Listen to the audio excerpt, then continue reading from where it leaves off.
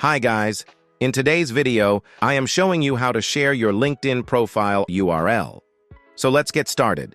The first thing you have to do is open your LinkedIn application.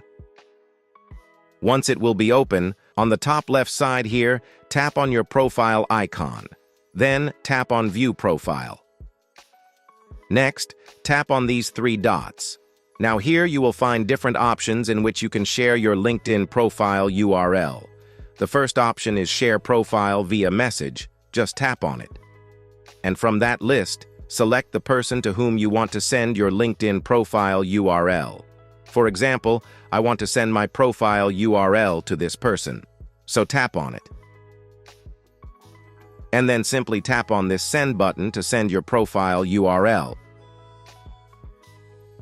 If I go back and once again tap on these three dots, then here is the second option, Share Profile.